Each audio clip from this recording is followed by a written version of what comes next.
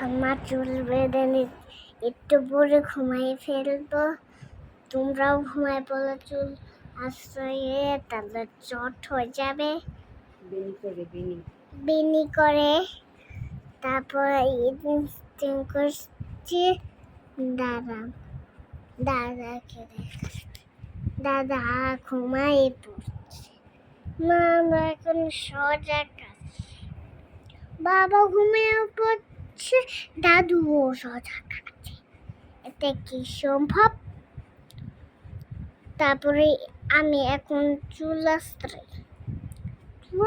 মধ্যে এত কম্বলার মা আমাকে বেনি করে দিচ্ছে। কি বলবো?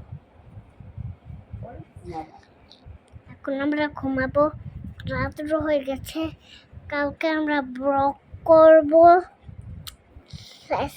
টাটা।